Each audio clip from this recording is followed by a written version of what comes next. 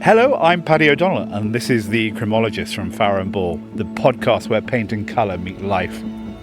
Today on the Chromologist, I'm out and about because my guest today has her home on the water. The wonderful Cerys Matthews is a songwriter, author, and broadcaster. And when she's not sharing music from around the globe, or poetry and food recipes on the radio, she might be found writing a children's book. She said her happiest day would be to find a meadow, light a fire, cook a big meal and play her guitar, and who could resist all of that? So without further ado, ship ahoy, and we're about to hop on a boat and go and meet Cerys. Well, here we are, bobbing about. What's that book, Three Men in a Boat, by Jerome, K. Jerome. And it's a typical sort of slightly grey, flat day. With British weather doing its usual.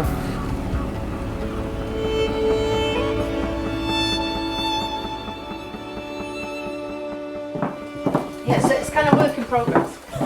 We're like an island here, so it's a winter lake. So And good for birds, presumably. Oh my gosh. Yeah, so we'll sit here, and I believe it's got skylark in that marsh. So everything's very calm here, isn't it? Is it? You were having a sort of off-white moment, or white moment everywhere. Well, the plan is still perhaps to put like gold wallpaper here.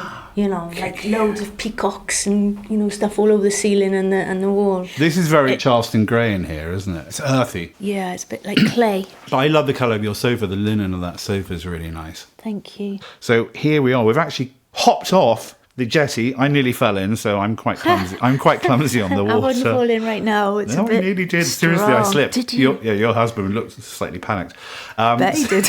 He wouldn't go in after you. I know. So I swam here, so I'm slightly damp.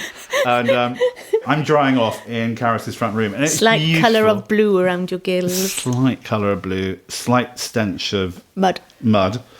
But we're in this beautiful sort of room looking out across the river, and it's just calm. It's a very calming place. I feel very relaxed. Do you really? Yeah, I'm I glad do. you feel calm.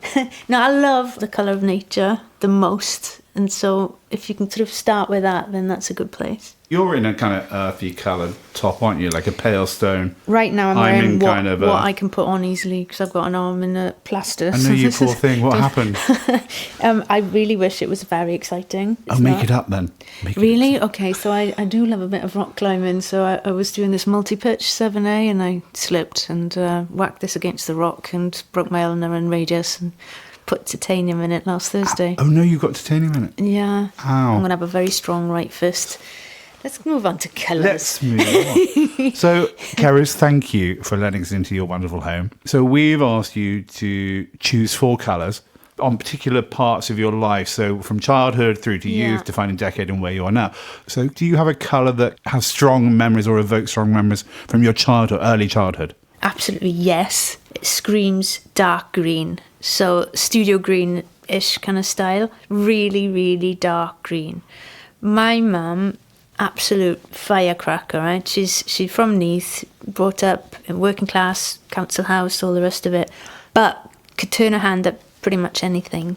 Super intelligent and basically made us wear dark green for all of our lives. Handmade pinafores with dark green polar necks in Fantastic. That ribbed jumper kind of vibe. So when I think about my childhood, all I can think about is dark green handmade clothes by my mum. So was that out of necessity that she was so clever with her hands and making clothes for you? Or I'm kind of more curious about why always dark green. Yeah, well, her dad was a carpenter. Okay. And I know he was also really passionate about knowing how things work and building things and fixing things. So she kind of admired that as well. Dark green, because she loved dark colours, like really loved them, still does love them. She's not shy at all. And I think she thought it was very, very practical. That has to come into it as well. And maybe it was cheap, I don't know. Yeah, maybe there's just Nobody else got a dark green for Everybody's children. buying the red, orange and yellow. And We it's didn't like have pink dresses, that's for sure. bolts of dark green Dark cheap. green or dark brown Right, velvet. okay. It was just the 70s. See, dark brown velvet. Yeah. That's got a Gucci vibe, hasn't it? You say trouser suit with big lapels and flares. Gosh, yeah, from the 80s. Yeah. Remember that with satin Nice. shirts down, open to the sternum.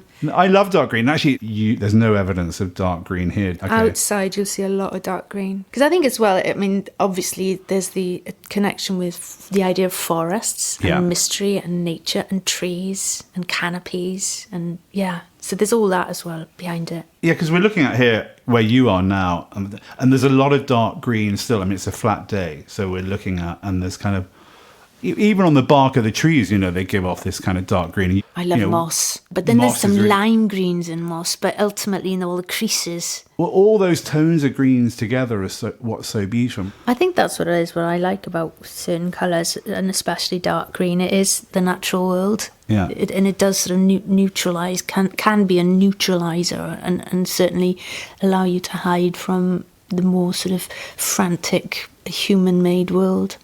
The other reason I was thinking about dark greens was leeks. So again, growing up, I'm so lucky to have been brought up in South Wales, bilingual, Welsh language school and everything. But that also meant like March the 1st was a massive day, St. David's Day, and he's an amazing character. Got so interesting. He'd say, just look after the small things, which is ultimately quite comforting at the moment as the world goes absolutely ballistic. But there's a story of him as well. Like, he would be really actually quite boring a person, I think, very austere basically, and all of his followers had to be austere as well and just work super hard to be close to God, right? So the story goes that some local lords of the area wanted to pull him off the short and narrow road, Right, okay. and sent naked women running down the hill to try and To tempt turn their them. heads, to tempt them. And apparently, so goes the story, it didn't work. But again, all these stories of fields, all these stories of, the fields of leek, which is why leek becomes an emblem for Welsh people as well. All of it is dark green.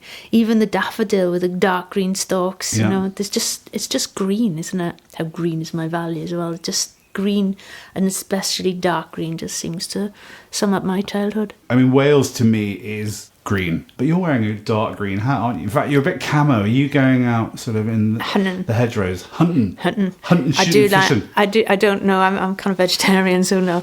Oh, are you? But I do like a bit of camo. I always have loved camo. I was laughing just yesterday because it was Radio 2. They had John Squire from Stone Roses and Liam Gallagher on as guests in the Zoe Ball breakfast show, and they were both wearing camo. It must be like a 90s kid thing, If you were at 20 something in the 90s, you would love your camo jackets or your khaki jackets. I love camo, and I got a camo suede jacket. It's like a bell-staff shaped jacket Yeah. that I bought in the sale about 25 years ago. Question is, do you walk differently when you wear it? No. Do you start Oh, do you meant to skanking? strut?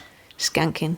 Oh, do you? Maybe I'm not conscious Pretend you of got a it. pistol in your pocket. No, I'm too wet. I'm too wet. I really am too wet for that.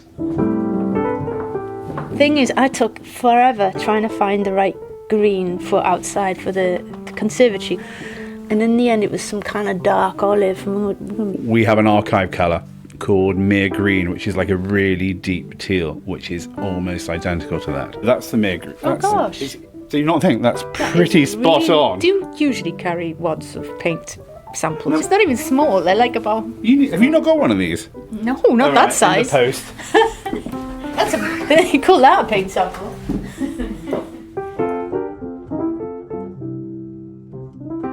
So we're moving on to your second choice. Yeah. And this is the colour of your youth. Now, were you a good girl or a bad girl? Jeez. I don't like thinking back to youth much because I was very inconsistent and contrary, and it was a wide old world, and there's this urge in you as a youth to go out and try and fix what you think is wrong, even though you might be 15 years of age, But there's this fire in your belly to go out there, no matter if it hurts yourself, no matter if it hurts people around you. Just this fire and this will in you to act. And so the colour for my youth is going to be rectory red, or a fiery kind of red is what I always think about in youth. But there's more than just the sort of like emotional aspect of that active bright colour. Because also, as a youth, one place that I did find some kind of comfort was in history. I've always loved history. I think it's trying to figure things out. Why is the world like this? Why are we like this? Why is this world, this layer that we happen to be living in, this way? And the only answers we can find is what's happened before, right? That led to here. And so I'd go to St Fagan, which is this folk museum in Cardiff. And again, it was these dark, rich, saturated reds on the wall or on the sides of the houses, and you can see bright, these old stone houses that were in these deepest reds. And so there's those two elements. I'll go for rectory red because it's a strange old red as well. It's kind of got a blue behind it. It has got a bit of blue, and this will probably only resonate with British listeners, but almost a pillar box red. There's no orange tone through it. It's got some heft. It has, and it goes great with books, collections of books on black shelves. You put your rectory red on your wall, and then you get some black shelves, and you fill it full of all your collections of books. And even the smallest modern house, you've got yourself your own library right there. It's definitely in my sort of office. It's across all rectory red, across all the walls, and with I've put a bit of brinjal as well and a bit of black. You're probably horrified of my colour choices, but it's my library, and they're full of my music books and my CDs and my reference books and stuff like that. And it's just I love it because it feels a little bit like those old cottages. It's just old and heavy, and it's got substance. And it's kind of interesting, using those strong colours, because obviously you have that strong sort of the chapel, which is kind of puritanical, isn't it? It's kind of But so strong colours with that kind of religious strength within society as well. Well, two things. When I used to go to chapel 3 times on a Sunday. Did you? Oh yes, my goodness! Yes, and we weren't some Puritans. We were the Baptists. Alcohol flowed quite freely. In my memory, anyway. Certainly, it was real wine every Sunday with taking communion, and it was a lot of fun. I think I know why you went 3 times, because there's real wine. Well, my mum used to take us. I'm not saying anymore. But the second thing with red, and again with chapels and with my upbringing and my grandma's house, which has been a huge influence on me. Do you remember the carpets, Turkish red? Yes. Okay, so there's these dark red, mostly dark red, but with these sort of geometric patterns and tendrils and stuff built into it. It's called Turkish red. She had a runner of Turkish red throughout her bungalow, and then her collection. So she was quite unusual. This is on my dad's side, that she travelled. So she had little gondolas that lit up on her Welsh dresser, and an ostrich egg, and an African lady in ebony, and a seashell that would like sound a conch like the shell. sea. Is it conch? Yeah, it's conch. Yeah. Yeah. But there's Turkish red, and you'd find Turkish red in chapels as well that used to roll, and then it would, in Baptist chapels, used to roll back this dark red carpet, and it would reveal a removable piece of floor, and then it would be the bath where you'd be dunked, proper dunk, in a white sheath. So I watched my mum get dunked, you see. Have you been dunked? Not like that, actually. Okay. No, just enough. I haven't thought about that. You've got your own dunking now. Yeah, ideally not going to dunk today. But yeah, interesting. Red, bright red. Actually, we're seeing probably less a rectory red, but almost those kind of slightly winey Bordeaux reds. Yeah. So we have a colour called preference red, or brinjal to a degree. And people are using those really beautiful with kitchen cabinetry, but actually almost layering that kind of red note with lovely earthy pinks on the walls. So those kind of winey reds and earthy pinks together are really beautiful. It's a really nice combination. Oh, this is a conch shell. It is conch, isn't it? Not conch. It's conch, isn't it? Well, I say conch. Isn't it weird how it works? It's really weird listening to you while I've got the shell on my ear as well, because that sounds so sort of... it's kind of mono. Everything's in mono. That's so lovely. I'm looking at all the names now. What's the funniest name, do you think? Dead salmon's quite funny. Mouse's back is pretty evident because it does look like the colour of a mouse. I had a big disaster with India yellow. Oh, did you? Yeah. I painted this room, we're in India yellow, the whole lot. And I walked in. What happened? I walked in and I was like, stop painting. So my lovely new best friend, Cerys, Hey. we're moving on to your defining decade. I mean, that's probably quite a hard challenge. Was it quite an easy challenge or a hard challenge? Because you've accomplished so much in your lifetime. So to actually kind of go, this is the 10 years that are kind of pivotal or really key for me. Well, actually, I didn't think too long about it, and it's Why really, not? No, because I didn't even think that there would be an option of what is the defining decade, which is quite interesting. Because usually I spent my whole life just not thinking back and not wanting to be defined by any kind of particular decade. I mean, but I just instantly went to think it would be the sort of 90s, probably because that is one can say that is pretty much where you find what you do in life, right? Between the ages of your late 20s and your late 30s. Would you think that? And for listeners, when did you start Catatonia? So, well, I started it actually quite early on. I was 19 when I first started the band. There was just two of us, but then it took us, we weren't an overnight success by any means, so but we started hitting the sort of charts and stuff a good several years later, so it would have been from my mid-20s on, basically getting success with a band. But I mean, I'd always been obsessed with music since I was a child, but getting to your sort of 20s and then your 30s and being able to sustain your life around making music or talking about music or playing music, that got established in the 90s, I would say. So I picked that as the defining kind of decade. And for that, are you ready? It's going to be more dark colours. It's like, do you remember the Fast Show as well? Do you remember there was a skit in the Fast Show? I loved the Fast Show. I still do. I love the writers. Anyway, black. Do you remember that? So there was an artist. I remember Caroline Aherne with Scorchio. Oh, I love Caroline. She was just an amazing brain. Love you, Caroline. Anyway, black then. So the skit in Fast Show with black is there's this artist, and whatever he ends up doing, he'll start writing a drawing or painting a really beautiful scene, and then suddenly it turns black, and it just goes black. I mean, it's just this tortured soul, basically. And wherever he goes and whatever he does, it turns black. But for me, my day-to-day life was on tour.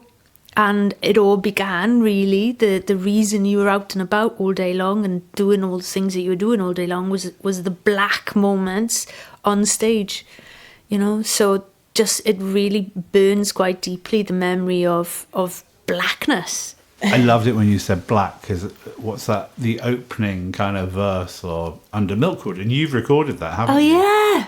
That low black. Crow black. Yeah.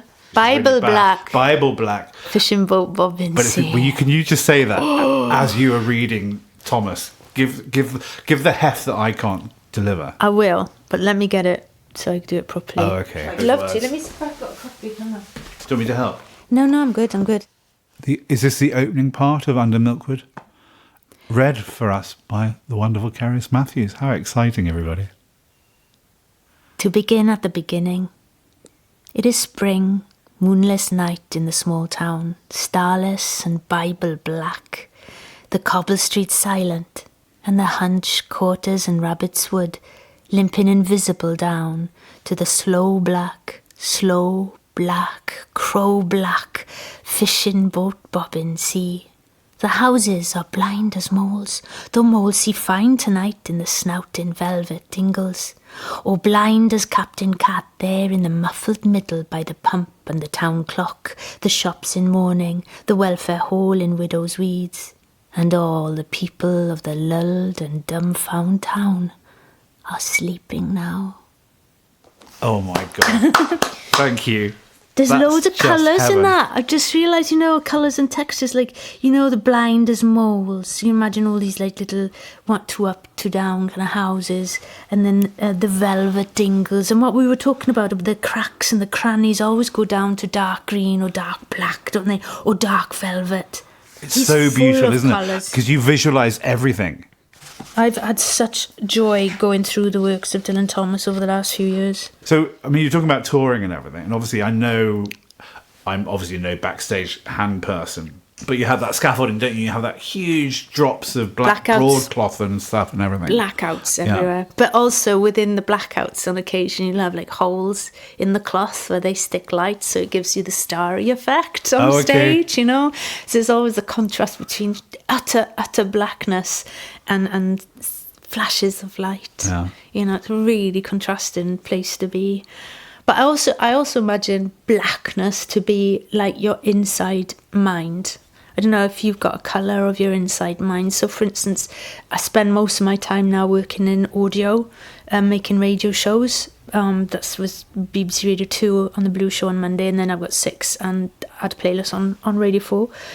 When you're talking with a microphone in front of you, I cease to see. I feel that way anyway. I'm not sure if you're the same, because you exist in your mind. And to me, all the communication with everybody that's hopefully listening and what they're saying back to you and how they might be processing the music you're playing or your conversation with your guests, all happens within this blackness.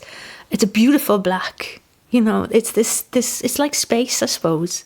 But I completely get what you're saying, that blackness, that kind of sort of... Quite a refreshing But it's not a blackness. negative thing. It's not a negative plane or space, is it's it? refreshing. Yeah. And I think the closest... It's a clarity. Yeah, Yeah. I guess so. And it's an emptiness, Yeah. I think, more than anything for me. And but it's warm, and so that's why the pitch black... I think it's the closest one. I'm thinking is Farrow and Board. Would you agree? It's like our warm purest pitch black. Yeah. Yeah. Yeah, it is. I spoke to a person the other week saying, I'm kind of thinking of painting my bedroom black. Is that too much? I went, no, it's really, really, really beautiful. Especially if you contrast it. You know, you've got these gorgeous, slightly unbleached linen curtains in here. Yeah. You can imagine a lovely black wall with those linen curtains would be incredibly calming and restful. The best thing about dark, rich colours is that they make any of your items that you've collected over the years pop. And if there's any wood in your house or any sort of natural stones or anything, that's what I love about colour. It registers really nicely. And artwork as well on black walls. Oh you know, my you go to God. galleries and everybody kind of go, white walls, white walls. No. The darker the wall, the better. Honestly. I love dark walls in art. Especially the old antique paintings. Yeah. I love them.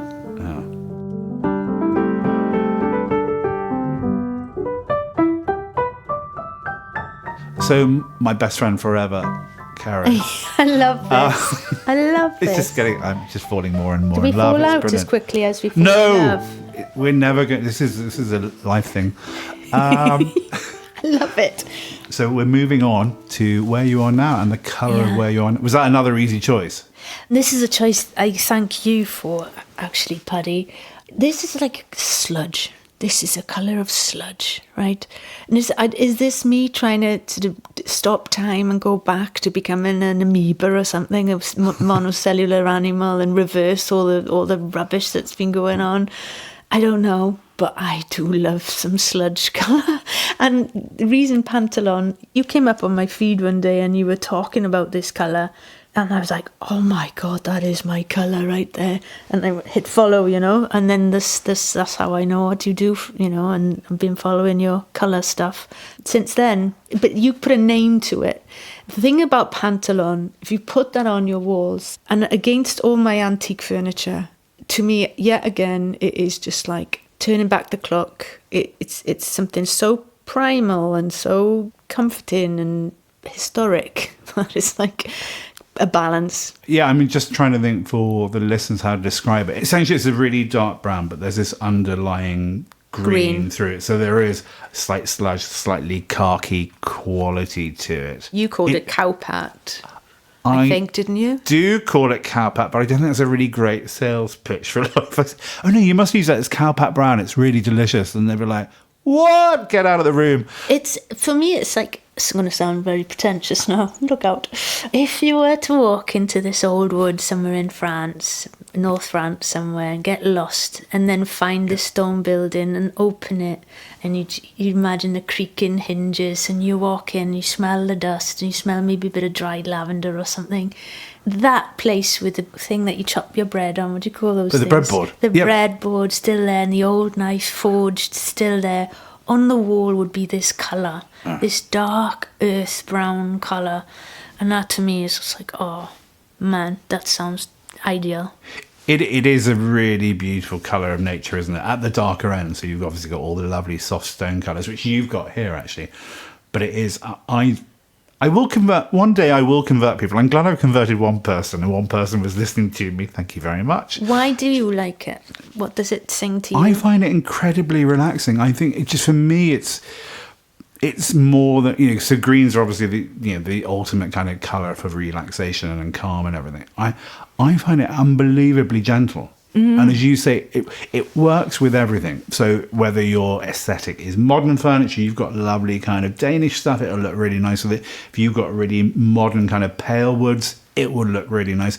If you've got old brown furniture, it will look really nice. If you've got frames, you know, quite modern art in black frames or white frames, it'll look really smart and really clean. If you've got antique pictures in gilt frames, it will look really beautiful. I think those dark browns are really forgiving, and you can throw anything at dark brown. They'll work with nearly every colour family you throw at it. The thing is with Pantaloon, right, is functionality as well. It just seems to... There's nothing shallow.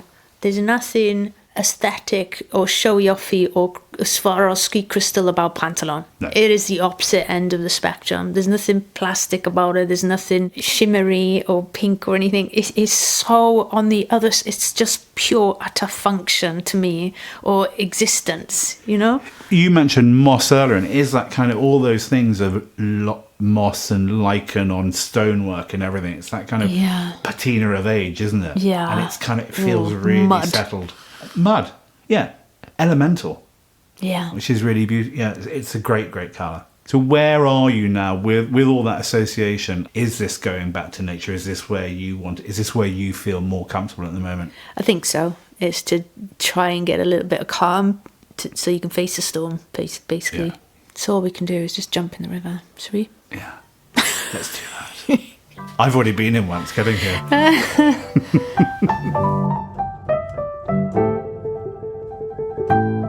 Oh my So, gosh, Cerys, I am so your nervous. time has come. So this is where I gift you a colour. So how do you go through the process of trying to think, oh, what colour can I give someone? I mean, that's like trying to, that turns you into some kind of witch, doesn't it? Some people might have that viewpoint of me. I do think about it. I'm not just randomly with my eyes shut pointing at the colour code. And obviously we all know you from your musical angle and your broadcasting and everything. But you know, there are other things that you do. Cerys is also vice president for Shelter, for those that aren't aware of Shelter outside of the UK. It's supported people for homeless people, isn't it? And people that have trouble with rent. And you're president of the Welsh Countryside Charity and also patron of the Dylan Thomas Society. Yeah. You're a busy woman, aren't you? Well, actually, they're busy and I support them. Okay, fair enough. All right. So it's based on all of those things. And also, I'm sure I've read somewhere about your family relationship with Pembrokeshire. Yes. And because you've chosen quite a lot of dark colours, because you're such a cheery wench. I like dark I know colours. you do. I I know don't you think do. dark colours are down. I No, think they're not. dark colours you've are given just... all positive messages about all those Yeah. dark colours.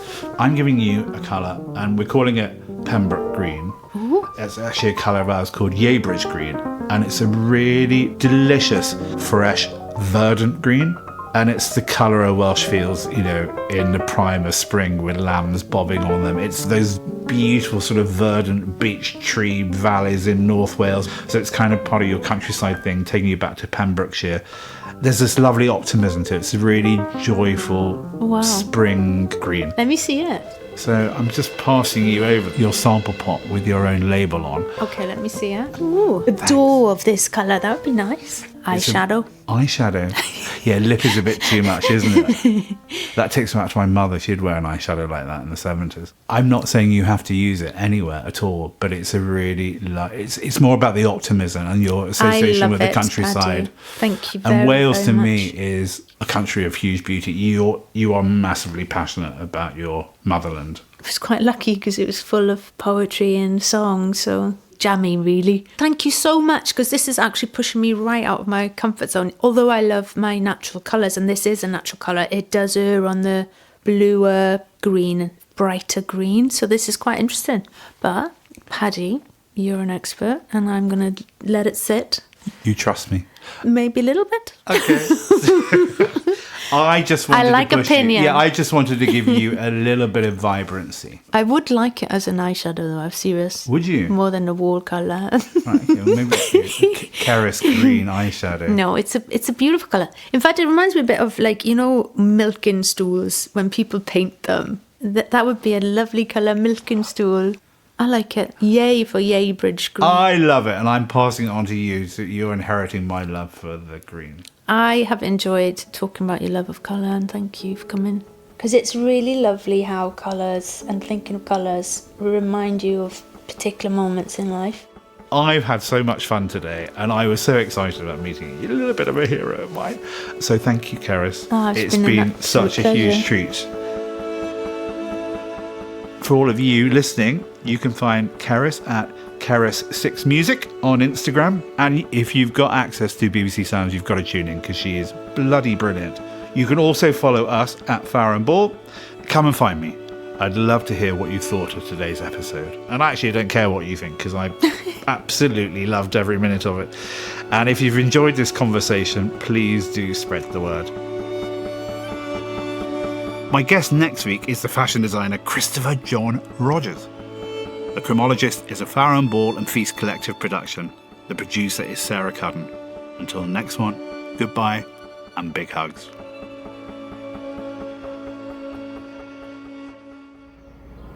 Black! Crow black, slow black. We're just about to get back on the boat and wish me luck. Just keep breathing. I'm fine. Take care. Be good.